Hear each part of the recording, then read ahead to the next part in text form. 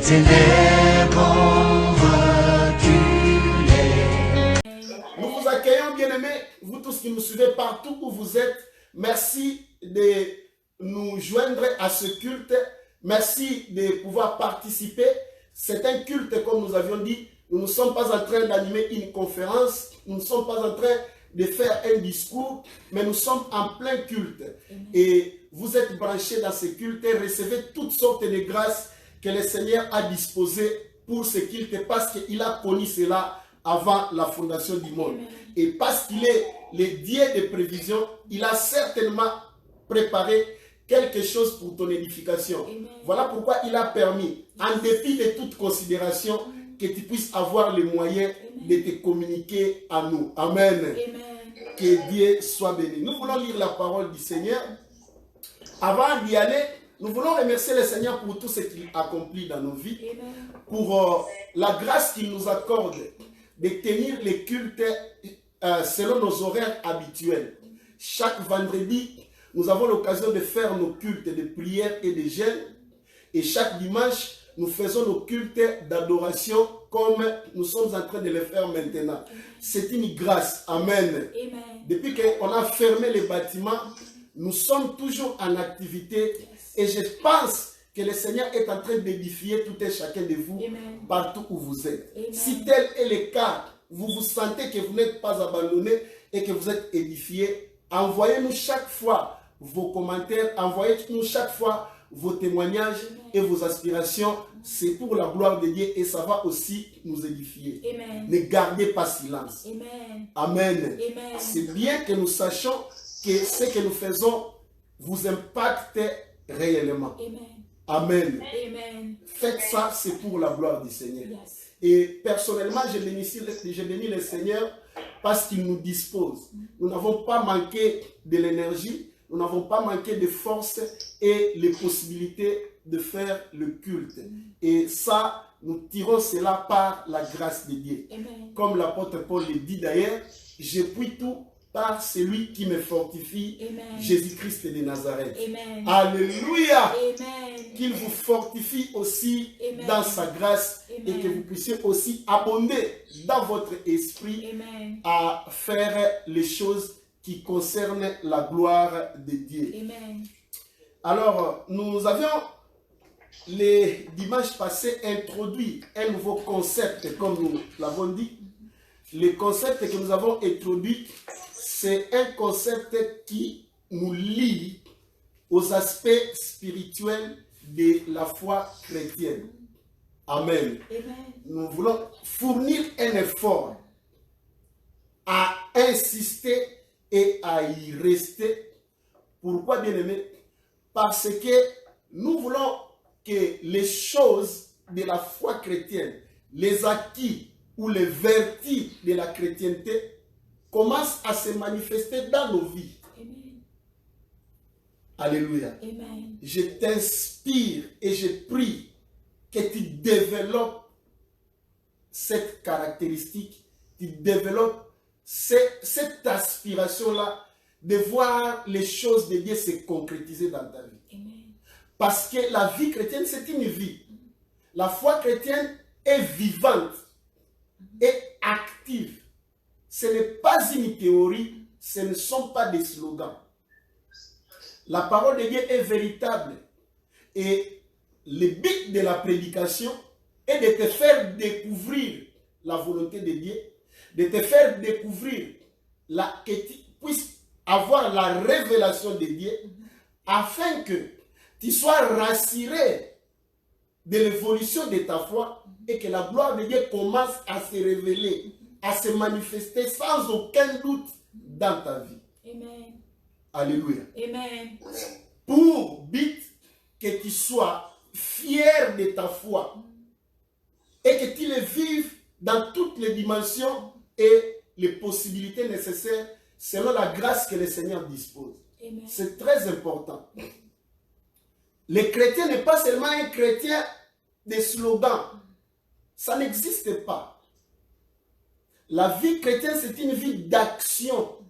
Vous devez expérimenter vous-même la gloire de Dieu, les témoigner et les produire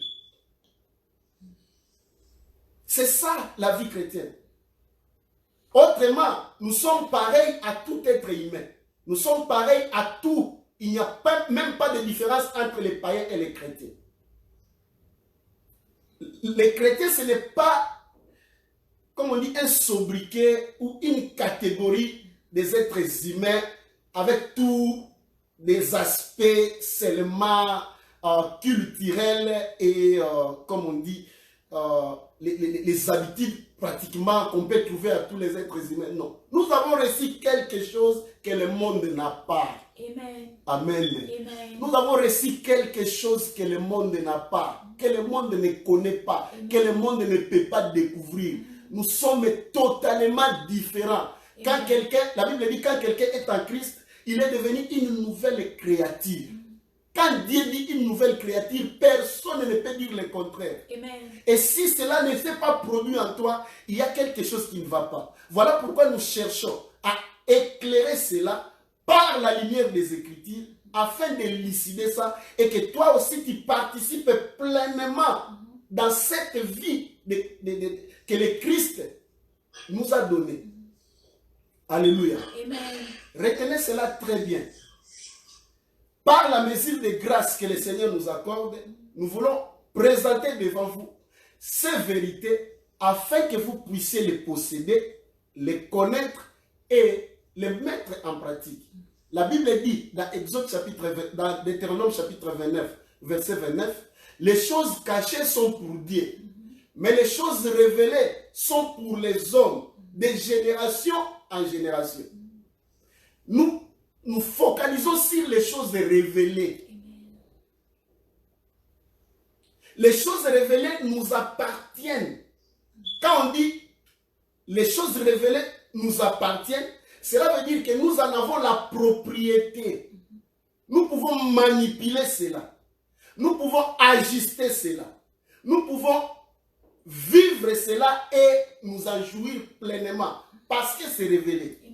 C'est une malédiction que de ne pas vivre les choses qui sont déjà révélées. C'est une malédiction. Parce que ce n'est plus un mystère. Le salut n'est plus un mystère. Amen. Amen. Nous connaissons les chemins du salut. Nous connaissons les voies du salut. La Bible les révèle. Dieu l'a révélé. Qu'il n'y a de salut en aucun autre nom. Il n'y a qu'un seul nom qui a été donné parmi les hommes pour qu'ils soient sauvés. C'est le nom de Jésus. C'est ça la révélation. Et nous devons profiter de cela, vivre le salut que Dieu lui-même a donné aux hommes. C'est l'œuvre que Dieu lui-même a accomplie. Nous avions lu dans 1 Corinthiens plutôt, chapitre 2, du verset 11 à verset 15. Nous allons lire particulièrement le verset 12 avec vous ce matin, avant de continuer avec ce que le Seigneur nous donne à partager ce matin. La Bible dit ceci, je lis 1 Corinthiens, je disais, chapitre 2. Nous voulons lire le verset 12 en particulier. Or, nous n'avons pas reçu l'esprit du monde, mais l'esprit qui vient de Dieu, afin que nous connaissions les choses que Dieu nous a données par sa grâce. C'est un affirmatif, bien-aimé. Vous y êtes? La Bible dit, nous avons reçu l'esprit de Dieu. Nous n'avons pas reçu l'esprit du monde. Cela veut dire que nous avons quelque chose qui vient de la part de Dieu. Amen. Amen. Amen. Et ce qui vient de Dieu n'est pas naturel. Ce qui vient de Dieu est surnaturel. Ce qui vient de Dieu, le monde ne peut pas le connaître. Ce qui vient de Dieu ne peut pas être obtenu par des moyens intellectuels. Ce qui vient de Dieu ne peut pas être obtenu par les moyens physiques. Ce qui vient de Dieu ne peut pas être obtenu par les méthodes du monde ou par la science du monde. La Bible dit, nous avons reçu l'esprit qui vient de Dieu. Ça ne vient pas d'un homme, ça ne vient pas d'un ange, ça ne vient pas d'un quelconque esprit. Ça vient du Dieu Tout-Puissant. Il nous a donné cet esprit à nous. La Bible dit c'est un affirmatif. Il ne dit pas ça au conditionnel que nous recevrons. Ou si nous faisons ceci, nous allons recevoir. Non. nous étant qu'enfants de Dieu, nous l'avons déjà reçu. Dis Amen. Amen. Es-tu conscient de l'avoir déjà reçu? C'est ça le problème avec les enfants de Dieu. Nous oublions parfois ce qui est à nous. Écoute, si tu as déjà quelque chose et que tu as oublié, tu peux encore chercher la chose que tu as déjà. Un jour, j'ai cherché un briquet dans ma maison. Je ne me souvenais plus que j'avais déjà acheté un briquet. Je voulais allumer une bougie. Et curieusement, je suis allé acheter un autre. Pourquoi? Parce que j'ai oublié que j'avais déjà... J'ai fait, comme on dit, une double dépense. Lorsque vous ignorez les choses que vous possédez déjà, vous pouvez continuer à les chercher alors que vous l'avez déjà. À cause de l'ignorance de ce que vous avez. Nous avons reçu l'esprit qui vient de Dieu, chers frères bien-aimés. Alors que vous cherchez ailleurs la solution de vos problèmes. Vous cherchez ailleurs les choses qui concernent votre salut. Les choses qui vous poussent à la réussite. Les choses qui vous poussent à aller de l'avant pour que vous explosez et vivez la gloire de Dieu. Vous les cherchez ailleurs. Or, vous l'avez déjà. Amen. Alléluia. Amen. Il faut connaître les acquis que Dieu vous a donnés. Lorsque vous lisez toujours dans les livres de 1 Corinthiens, dans le chapitre 6, au verset 19, j'aime répéter ça, l'apôtre Paul demande aux Corinthiens. Il dit, ne savez-vous pas que vos corps sont les temples du Saint-Esprit, que vous avez reçu de Dieu, et qui habite en vous, et que vous ne vous appartenez point à vous-même? Cela veut dire qu'il y avait quelque chose qui ne marchait pas dans la vie des Corinthiens. Alléluia. Amen. Regarde-toi, tu es même stressé. Tu cries et tu cherches Dieu. Dieu même s'étonne. Il dit, je suis en toi. Il y a le Saint-Esprit qui est en toi. Amen. Je t'ai donné déjà tout. Mais tu es ignorant, tu ne crois pas que tu l'as déjà reçu. Tu les cherches ailleurs. La Bible dit, nous avons reçu l'Esprit qui vient de Dieu. Pourquoi? Afin que nous connaissions les choses que Dieu nous a données par sa grâce. J'ai insisté la fois passée qu'il y a des choses que Dieu nous a données. Il est nécessaire que nous les connaissons. Amen. Amen. Et le Saint-Esprit nous a été donné afin que nous puissions les connaître ces choses-là, que Dieu lui-même nous a données. Amen. Il n'y a rien qui peut satisfaire ta vie que les choses que Dieu te donne. Aujourd'hui, nous voulons nous approcher de Dieu pour réclamer, demander des choses, demander, alors qu'il y a certaines choses que nous en avons déjà. Nous avons déjà reçu ça. Et les répéter dans les prières fait de nous des ignorants. Voilà pourquoi la Bible dit, mon peuple périt parce qu'il manque la connaissance. La première ignorance, c'est ignorer les choses que tu as déjà acquises. La première chose, tu as déjà acquis une nouvelle identité. Mais tu n'es pas encore conscient ou consciente de ça. Quand les gens du monde tremblent, toi aussi tu trembles avec eux. Quand les gens du monde sont dans l'émoi, sont dans la détresse, toi aussi tu te plonges dans la détresse, tu te plonges dans le désespoir comme eux. Je te dis, pour ce qui concerne les chrétiens, même si ta situation est noire, il y a toujours une main de gloire qui veille sur ta vie. Dis Amen. Amen. Même si les choses se compliquent, toi, tu sais là où tes pieds sont fondés. Amen. Tes pieds sont posés sur un rocher inébranlable. Amen. Alléluia. Amen. Parfois même quand tu t'étonnes, parfois quand tu voudrais même gêner pour cette situation, le Seigneur dit, ça ne vaut pas la peine que tu gênes. Je suis déjà au contrôle de la situation. Parce que c'est ma part, je dois le faire, je le fais déjà. Mais parce que tu trembles, parce que tu ne connais pas que c'est pour toi que Dieu a disposé beaucoup de grâce et beaucoup de puissance. Je te le répète, tu es un être exceptionnel. Amen. Quel est cet être exceptionnel? Les chrétiens. Dis Amen. Amen. Lorsque tu prends ces choses, tu fais cela le mode de ta vie, ton attitude change, ton comportement change. Et dès que ton attitude change, ton comportement change, les miracles vont commencer à te suivre. Amen. Ce n'est pas une théorie. Les gens qui nous ont précédés dans la foi ont agi de la sorte. Amen. Amen. Et lorsqu'ils ont agi de la sorte, c'est pourquoi aujourd'hui, nous les prenons en témoin comme nos références dans la foi. Qu'est-ce qu'ils ont fait? Ils ont seulement reconnu leur position devant le Seigneur. Et ils ont écrit pour que nous ayons les témoignages que nous tenons aujourd'hui dans nos mains. J'ai insisté sur la lecture de la parole de Dieu. Parce que c'est la parole de Dieu qui te fait rentrer dans les secrets des choses que Dieu a disposées pour nous. Amen. Amen. Je vous ai dit, voilà pourquoi le diable milite afin que les enfants de Dieu ne puissent pas lire la parole de Dieu. Et cette semaine, la semaine qui vient de se passer, je vous ai laissé un peu en berne, regardant comment est-ce que tout un chacun de nous a reçu la parole de Dieu et comment est-ce que nous avions réagi. Nous ne contrôlons pas les humeurs des gens, mais je sais que tu as fourni un effort de lire la Bible. Amen.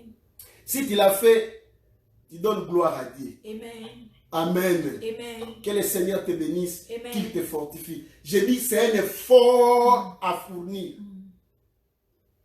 Ça ne dépend pas de qui que ce soit. Que tu sois ancien dans les choses de Dieu ou nouveau. Tout le monde subit la même pression.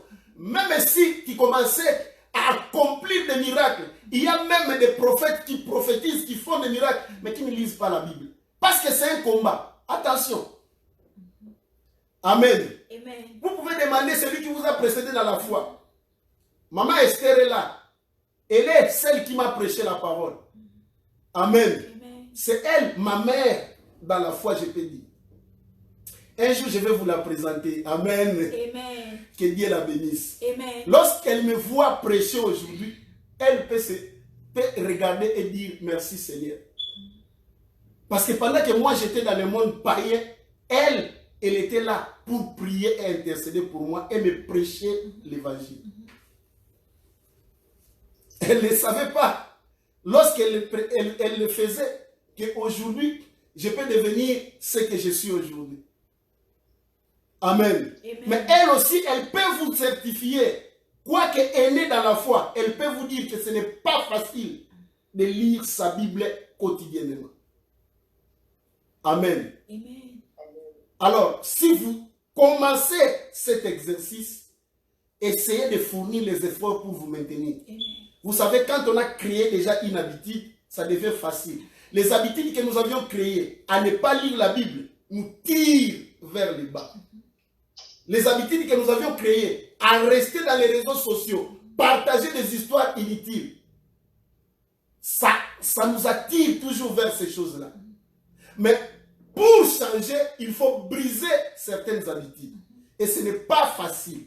Le changement est obligatoire, le changement est inévitable. Mais le changement que toi-même tu veux créer a été toujours difficile. Amen. Alléluia. Amen. Que Dieu soit loué. Amen. Qu'est-ce que nous voulons dire aujourd'hui?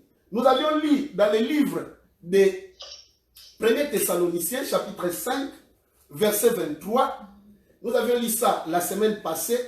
Quelqu'un peut nous lire ça aujourd'hui à haute voix?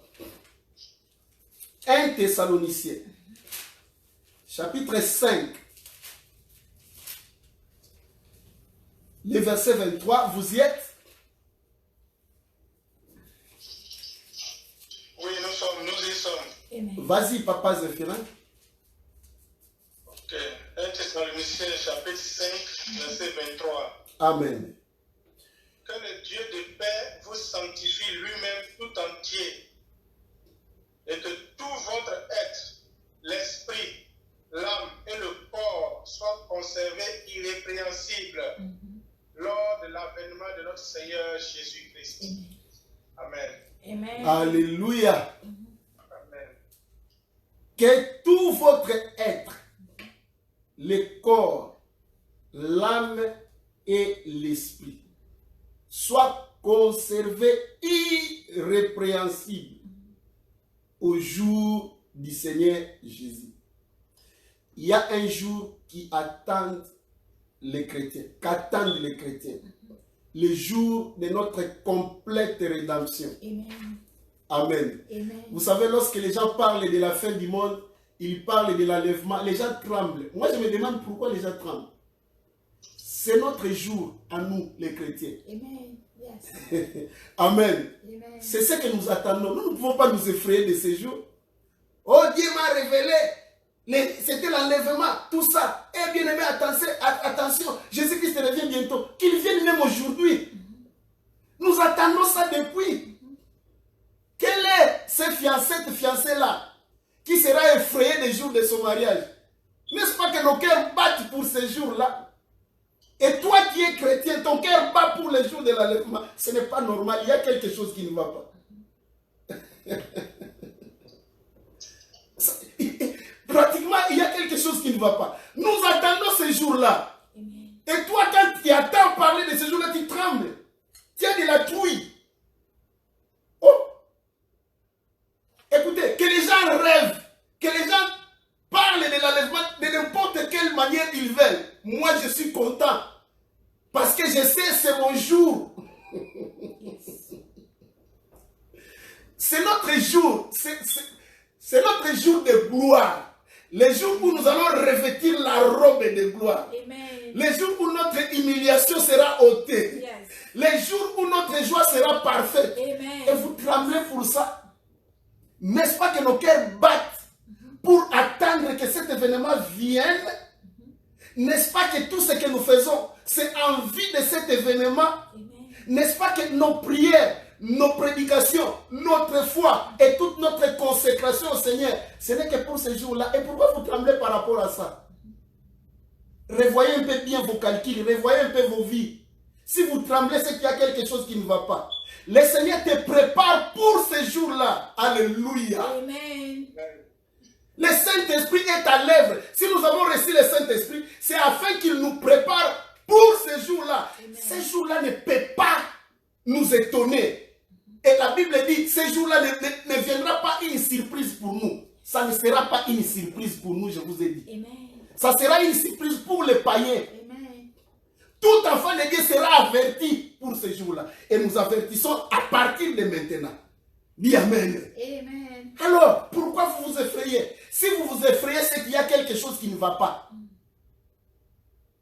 Nous attendons cela des pieds fermes. Alléluia. Amen. Ça, ce n'est pas notre matière du jour. Nous allons développer cet aspect lorsque nous allons fêter la Pentecôte le dimanche prochain. La venue du Saint-Esprit. Nous allons exalter ces choses pour célébrer celui qui est venu pour nous préparer pour ces jours-là. L'apôtre Paul dit que tout votre être, corps, âme et esprit, soit conservé, irrépréhensible pour ces jours. Et il ajoute, tu peux lire le verset suivant, papa. Verset 24. Celui qui vous a appelé infidèle,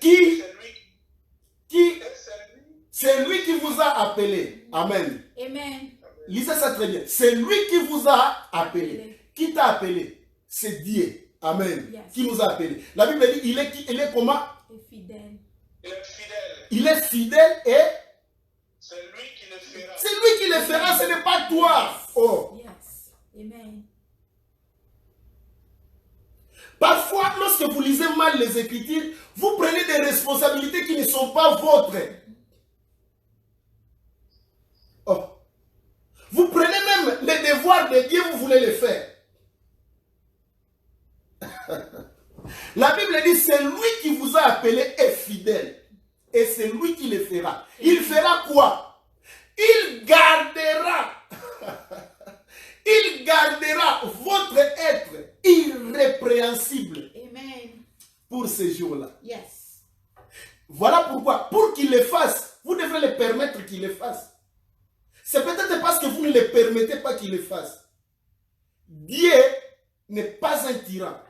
Il domine sur nous avec notre permission.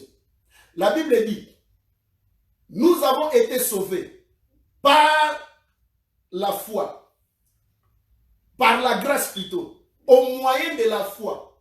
Notre contribution, ce n'est que la foi. C'est-à-dire, nous disposer afin que Dieu opère en nous. Écoute ça très bien. Nous disposer afin que Dieu opère en nous, en manifestant la volonté. Et lorsque Dieu opère en nous, lui-même, il accomplit des choses qu'il a en prévision pour nous. Ce n'est pas à nous de les accomplir. Notre part se limite à nous disposer. Parce que nous ne savons même pas comment est-ce qu'il faut tenir tout notre être de façon irrépréhensible. Le Dieu qui le fera. Amen. À nous. Amen. C'est pourquoi le Seigneur a dit, vous êtes les sept, je suis les sept, vous êtes les sarments. Si un sarment ne s'attache pas à moi, il va sécher. Attache-toi au Seigneur. Lorsque tu es attaché au Seigneur, tu es attaché à sa parole, tu es attaché à son œuvre, il prendra soin de vous. C'est impossible que tu rates l'enlèvement si tu es attaché au Seigneur. Je dis c'est impossible. Amen. Parce que lui-même va regretter de t'avoir perdu. Le Seigneur a dit dans le livre de Jean, Évangile chapitre 17, il a dit, Père, de tout ce que tu m'as donné, je n'ai perdu rien. Vous croyez que le Seigneur a répandu son sang pour rien? Il a répandu son sang, il a souffert pour te racheter. Est-ce qu'il a fait pour te perdre? Et après, le résultat, ça sera quoi? Si il a fait tout ça pour que toi, tu sois perdu. Dis-moi toi-même. Si le Seigneur, après avoir fait tout ça, accompli tout ça, aller à la croix, souffrir, être crucifié, pour qu'un jour, toi, tu sois perdu, qu'est-ce qu'il aurait gagné maintenant?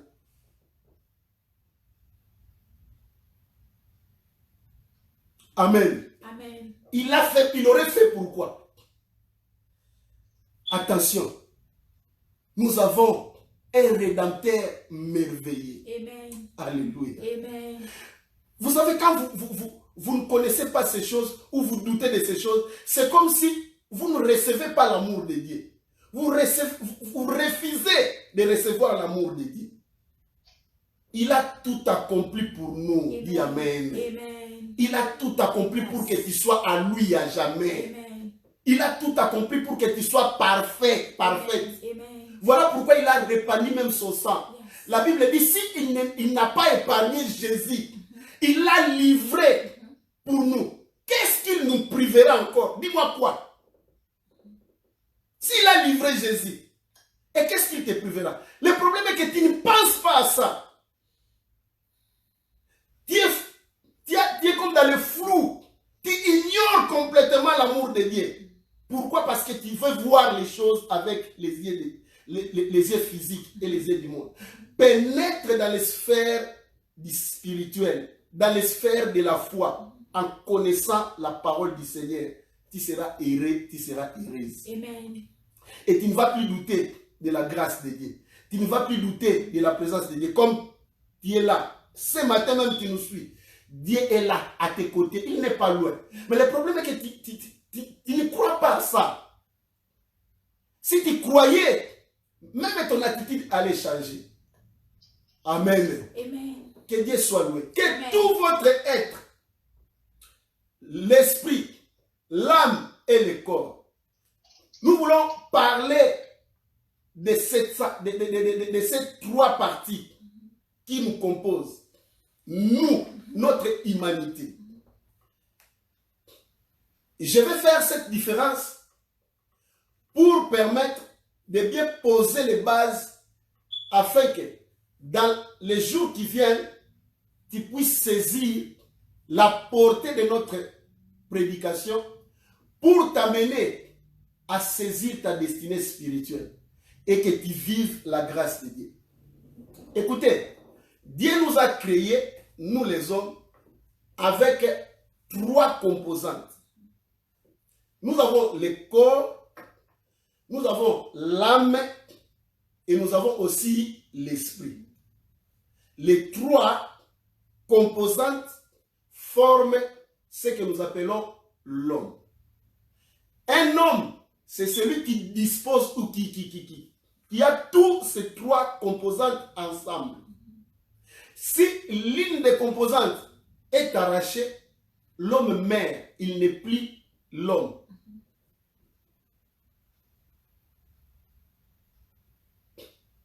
Comprenez ça très bien. Tout Tout celui que tu verras en route, il est composé de ces trois composantes. Lorsqu'on parle de l'être humain, on voit le corps, on voit l'âme, on voit l'esprit. La façon dont tu vois les hommes, si tu ne les vois que dans leur corps, tu te trompes, tu ne connais pas l'être humain. L'être humain est tripartite. Que ce soit ton épouse, que ce soit ton mari, tes enfants, tes amis, tes parents, ils sont tous tripartites. Il ne faut pas ignorer ces trois composantes. Lorsque tu ne tiens compte que du corps de l'homme, ou tu aimes l'homme que par son corps, tu ne le connais pas. Tu ne le connais pas. Et dans toute la création, ici sur la terre, il n'y a que l'homme qui possède ces trois composantes. Les animaux n'ont pas l'esprit. Les arbres n'en ont pas. Si un arbre commence à présenter des aspects spirituels, c'est qu'il y a un esprit qui agite cet arbre-là. Mais l'homme en soi a l'esprit. Alors, quel est le corps? Nous commençons par le corps. Le corps humain ou le corps de l'homme, c'est ce que nous voyons. C'est la chair, c'est le bio. Amen. C'est le physique, c'est le support physique. Pour que je n'aille pas d'abord dans les détails, définir les trois composantes, je voulais éclairer cet aspect pour dire que le corps, c'est une enveloppe, c'est une tente. Nous pouvons lire ça dans les livres de 1 Corinthiens, dans le chapitre 15, qui a trouvé, peut nous lire depuis le verset 45. Alors rapidement, je lis, c'est pourquoi il est écrit, le premier homme, Adam, devint une âme vivante. Retenez ça. Il devint. Il devint. Il y a le verbe devenir. Il y a créé et devenir. Adam est devenu. Je ne voulais pas rentrer dans les détails du verbe devenir ici pour éviter un peu les débats théologiques qu'il y a dans ce qu'on appelle l'anthropologie biblique ou la compréhension biblique de l'être humain. Il y a plusieurs modèles et plusieurs théories dans cela. Mais pour nous éviter tous ces débats, je voulais seulement que tu comprennes qu'il est devenu une âme vivante. La Bible dit, le dernier Adam est devenu un esprit vivifiant. On parle de deux Adam, le premier et le dernier, pas le premier et le second. Parce que si on parlait du second, c'est comme s'il y aurait un troisième qui allait venir. On parle du premier et du dernier. Le dernier Adam, c'est Jésus, qui est devenu un esprit. On dit, le dernier Adam est devenu. Il y a aussi le verbe devenir là-bas. Un esprit vivifiant. Mais ce qui est spirituel n'est pas le premier. C'est ce qui est animal. C'est ici le mot, le terme ou le concept bio. L'animal. C'est-à-dire ce qui est tiré de la terre. Ce qui peut pourrir. Alléluia. C'est ce qui est apparu le premier. Et ce qui est spirituel, ensuite, vient ensuite. Le premier homme tiré de la terre est terrestre. Le second homme est du ciel. Le second homme est du ciel. Tel est le terrestre, tels sont aussi les terrestres. Tel est le céleste, tels sont aussi les célestes. Et de même que nous avons porté l'image du terrestre, nous avons porté quoi? L'image du terrestre, nous porterons aussi l'image du céleste. Nous porterons aussi l'image du céleste. Amen. Amen. Et au verset 50, il conclut, il dit, ce que je dis, frère, c'est que la chair et le sang ne peuvent hériter du royaume de Dieu. Alléluia. Amen. Le corps est tiré de la terre, de la poussière de la terre. Lorsque vous lisez dans le livre de Genèse, au chapitre 2, vous allez voir que Dieu a tiré, a fabriqué à partir de la terre ce corps que nous portons. Et il a soufflé à Adam. Ici, il y a des choses que nous voulons attirer l'attention des enfants de Dieu. Le corps, ce n'est pas toi. Le corps, ton corps, mon corps, ce que nous voyons ici, ce que nous touchons, avec tous les membres et tous les organes qu'il y a dans ce corps, ce n'est pas la personnalité de l'homme. Ce n'est pas l'individu lui-même. La chair ou le corps n'est qu'une tente, une carapace. C'est là que nous manifestons notre personnalité ou notre individualité. Suis-moi très bien. Le corps, ce n'est pas toi. Le corps, c'est une propriété. Amen. Le corps, c'est une propriété. C'est l'un de tes biens. Ce n'est pas toi. C'est un acquis. C'est quelque chose qu'on t'a donné pour te permettre de te manifester dans le physique. C'est avec le corps que tu rentres en contact avec les choses matérielles ou les choses physiques. Voilà pourquoi tout ce qu'il y a dans le corps, les yeux, les oreilles, tous les 5 sens, ne te permettent que de toucher au visible, de toucher au physique ou de rentrer en contact avec les sphères visibles ou les sphères physiques. C'est ça la destinée du corps, c'est ça l'importance du corps. Sans le corps, tu ne peux pas te manifester physiquement. Tu ne peux pas vivre ici la vie biologique. Non. Alors toi, c'est qui? Parce que si le corps n'est qu'une tente, si le corps n'est qu'une carapace, n'est qu'un habit, la Bible dit nous sommes revêtis du corps mortel. Nous sommes revêtis des atouts qui sont animaux, qui sont physiques. C'est le corps. Toi, tu n'es pas le corps. Le corps, c'est ton bien. Il faut le connaître comme ça. Ce n'est pas le corps qui te dirige. C'est toi qui diriges le corps.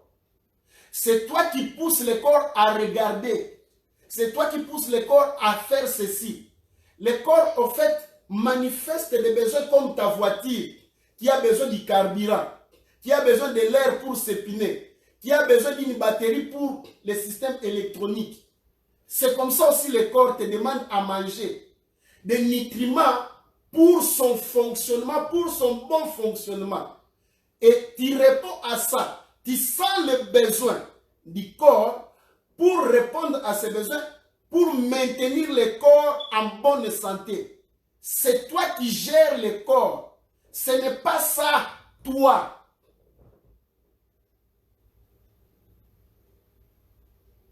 Comprends ça très bien. Sinon, tu vas te tuer à cause du corps. Alors que c'est le corps qui doit se tuer pour toi. Il faut que toi, tu utilises le corps. Et que non que le corps t'utilise. Ce que le corps utilise, qui confondent leur être avec leur corps, ils agissent beaucoup plus pour le corps que pour eux-mêmes.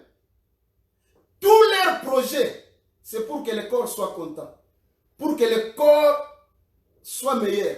Mais eux-mêmes, ils s'ignorent complètement. Écoute, enfant de Dieu, aussi longtemps que tu ne sais pas que c'est toi qui diriges ton corps, le corps peut dominer sur toi. C'est à toi de dire au corps, c'est maintenant qu'il faut prier. Alors comment est-ce que le corps arrive à résister? Tu lui dis prie, c'est alors que lui il commence à dormir. Lisons la Bible, c'est alors que le corps veut voir les publications sur WhatsApp, sur Facebook.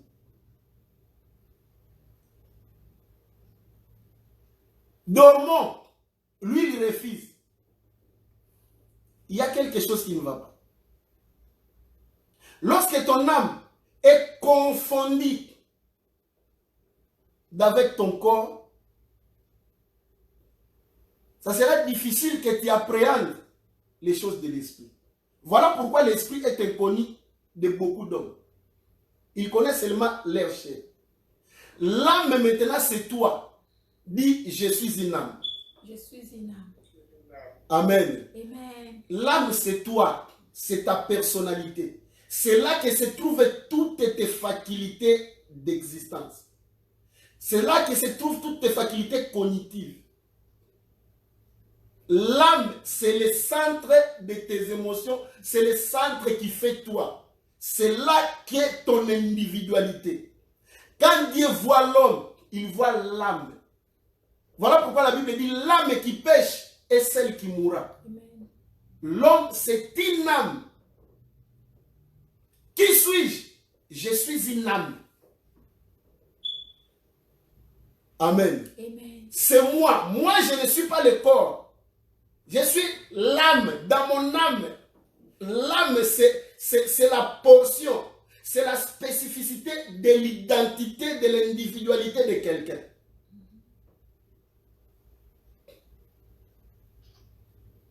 C'est toi, une âme. Qui est Willy Poiti? Ce n'est pas ce corps, c'est l'âme. La personne de Willy, c'est son âme, c'est moi. L'âme, c'est toi. Ton nom est attaché à ton âme. Ce n'est pas à ton corps. Et c'est toi l'individu, l'âme que Dieu voit. Le corps n'est que la carapace. Ceux qui connaissent les sciences électroniques ou les sciences informatiques, comme mon frère Patrick et mon frère Van, vous pouvez comprendre ça dans ces termes, que le corps est le hardware, la partie extérieure du moteur qu'est l'ordinateur. L'âme, c'est le software. C'est là que se trouvent toutes les composantes qui font fonctionner l'ordinateur. Le software, c'est l'âme, c'est toi, ta personnalité, ton individu, ton individualité.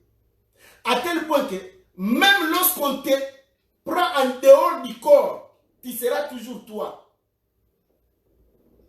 Et le corps, comme le hardware, comme une carapace, c'est quelque chose qui est comme un habit. On peut prendre les parties qui sont en toi, on les met dans une autre personne, ça va fonctionner de la même façon. Mais pas l'âme. Lorsqu'on prend ton âme, on met ça dans une personne, on voit toi. Alléluia. Amen. Et l'esprit, c'est aussi un autre corps. Mais ce corps-là nous permet de saisir les réalités dans les sphères invisibles ou dans les sphères spirituelles. Je n'aime pas trop parler des sphères invisibles, du concept ou du mot invisible, pour ne pas susciter les sensibilités de la connaissance générale. La connaissance générale, c'est ça. C'est quoi? Les gens, quand on parle de l'invisible, on a un aspect péjoratif de ce concept. Voilà pourquoi j'utilise beaucoup plus les sphères spirituelles. Quand je parle du spirituel, je parle de l'immatériel, je parle du surnaturel. Alléluia. L'esprit est le corps que l'âme utilise pour les aspects spirituels. Alors, qui suis-je? Je suis une âme.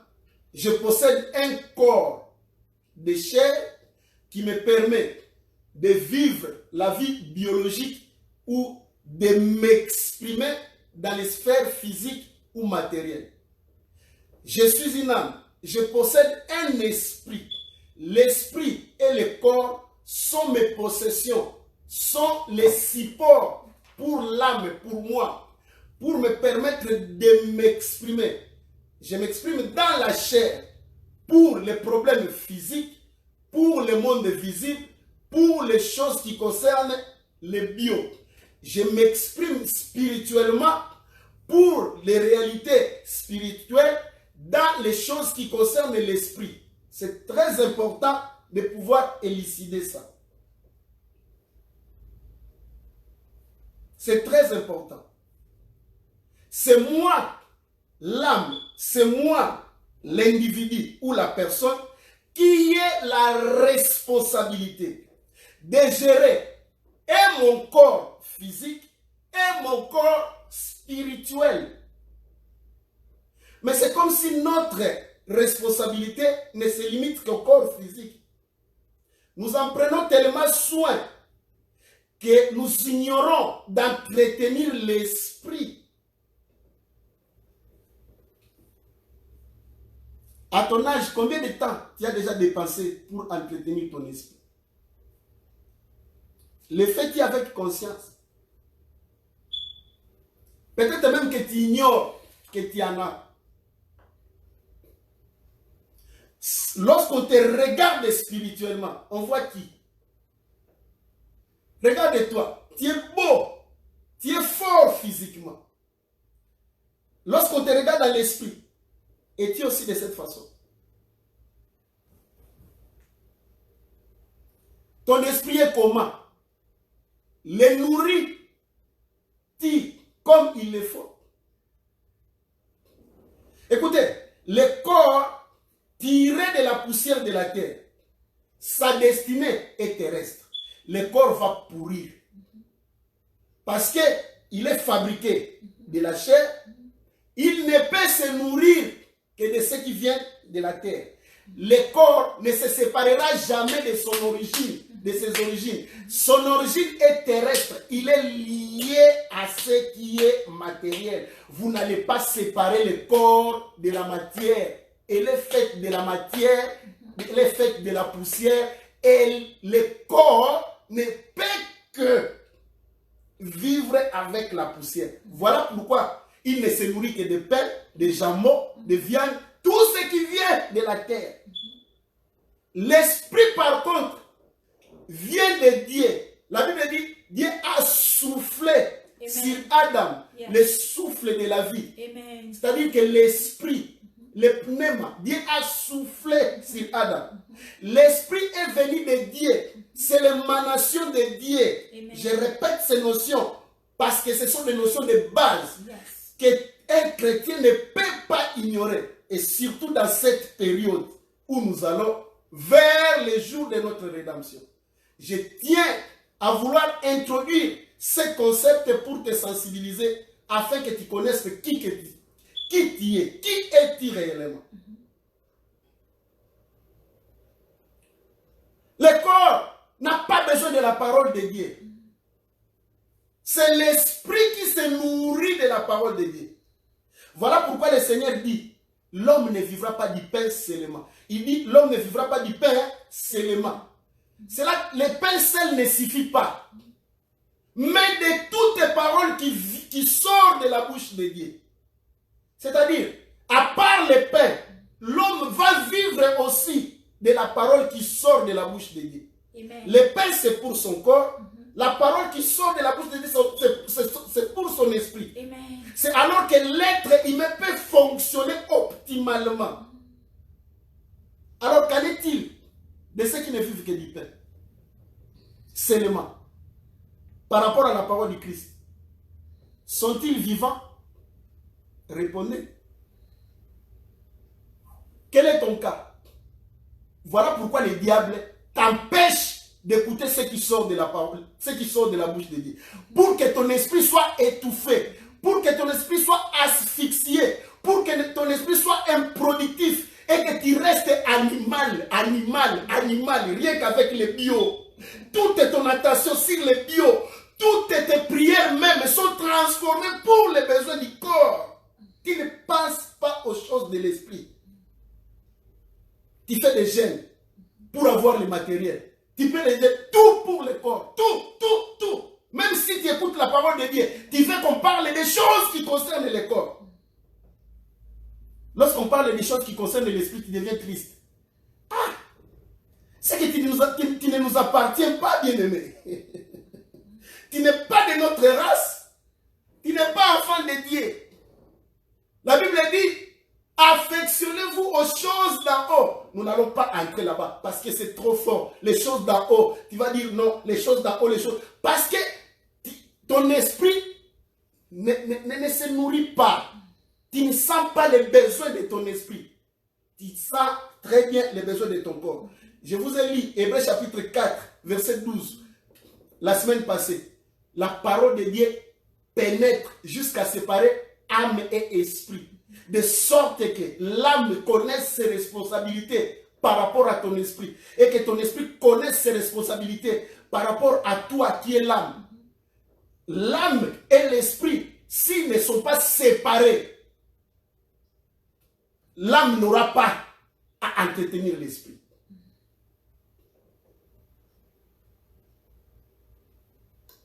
Tu ne pourras pas entretenir ton esprit. Et ce qui sépare l'âme de l'esprit, c'est la parole de Dieu. Parce que l'esprit aura maintenant son autonomie. Il deviendra vigoureux et il combattra pour toi. Alléluia. Les combats spirituels, on ne les combat pas avec la chair. Mais bien aimé, écoute, combien de fois tu as pris soin de ton corps? Et combien de fois tu as pris soin de ton esprit? Toute la semaine, nous attendons que c'est 1 heure ou 2 heures du temps pour écouter la parole de Dieu. Vraiment, cela est suffisant pour que tu sois vigoureux. Alors que tu as mangé depuis les lundis. Combien de kilos tu as déjà consommé? Le corps est bien soigné, regarde-toi. Je glorifie le Seigneur, tu es en bon point. Mais sois aussi en bon point spirituellement. Jean dit, je souhaite que tu prospères à tous égards. Amen. Et sois en bonne santé, comme prospère ton état d'âme. Lorsqu'il parle de l'âme, parce que dans le concept biblique, lorsque nous lisons, beaucoup de fois, l'âme est confondue à l'esprit. Et voilà pourquoi même certains traducteurs des Écritures traduisent l'âme à la place de l'esprit. Il y a plein de confusion. Mais je voulais te dire que ce n'est pas la même chose. L'esprit, c'est autre chose. L'âme, c'est autre chose. L'âme, c'est la personne. L'esprit, ce n'est qu'un composant qui te permet de vivre les réalités spirituelles. Amen. Ce n'est pas avec la chair que tu vivras les réalités spirituelles. La chair, sa destinée, c'est la mort, retourner à la poussière. Mais l'esprit, sa destinée, c'est aller dans la gloire du Seigneur. Amen. Dis Amen. Amen. Et l'âme, après la mort du corps, l'âme s'attache à l'esprit. Écoute, ton esprit est la dernière composante qui sera avec toi pour toujours. Yes. Le corps va disparaître, il va te décevoir. Regarde comment est-ce qu'il prend de l'âge. Regarde comment est-ce qu'il s'est déformé déjà. Hein? Papa Zéphirin, tu n'es plus à mesure de faire le pompage. Même 15, c'est devenu lourd. Alors que quand tu étais jeune, tu faisais 50. Regarde les rides, comment ça se former. Un jour, le corps ici il va vieillir. Il a une date de fabrication et une date de péremption. Ton esprit, c'est un être permanent. Il faut s'attacher à ce qui est permanent, à ce qui restera pour toujours. Amen. Le corps va disparaître, bien-aimé. Mais regardez comment est-ce que nous prenons soin de lui. Et c'est lui qui nous attire beaucoup de douleurs. C'est lui, le corps, qui nous attire beaucoup de tourments et de stress. Il veut tellement que nous puissions prendre soin de lui, jusqu'à nous faire oublier qu'il y a l'éternité. Il ne sera pas éternel. Voilà pourquoi l'apôtre Paul a dit, je traite durement mon corps, pour que ce jour-là, je ne sois pas déçu. C'est ça la destinée des êtres spirituels qui comprennent les enjeux de l'être humain, les enjeux de la création, comment est-ce qu'ils sont créés, pour se maintenir dans l'équilibre par rapport à eux-mêmes et se battre pour les choses qui les concernent, qu'ils vivront éternellement. Que Dieu vous bénisse. Amen. Yes. Nous avons introduit, nous allons continuer avec ce concept jusqu'à ce que tu vas élucider ça très bien et comprendre la vie ici-bas. Le jeu de la vie ici-bas, ça se résume en quoi? Le Seigneur nous a donné ça dans la révélation des Écritures. Tout ça, ce sont des choses révélées, des choses qui nous appartiennent à nous. Ce n'est pas un mystère. Si c'est un mystère pour toi et moi, c'est que dans l'esprit ou dans la chrétienté, nous sommes encore des indigènes. Ça ne doit pas être des choses cachées. Nous devons par contre promouvoir la connaissance de ces choses et vivre comme la Bible désire ou la Bible l'a prévu pour nous. Ce que Dieu veut. Je te remets encore dans 1 Corinthiens chapitre 2 verset 12. Nous avons reçu l'Esprit de Dieu afin que nous connaissions les choses que Dieu nous a données par sa grâce. Nous devons les connaître parce que c'est notre héritage. Amen. Alléluia. Amen. Je vous aime beaucoup.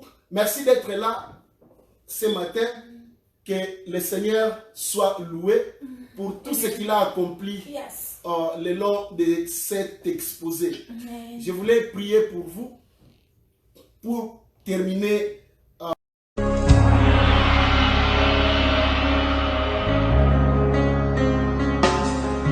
Tous les anges, sa sainteté, l'univers crie sa majesté.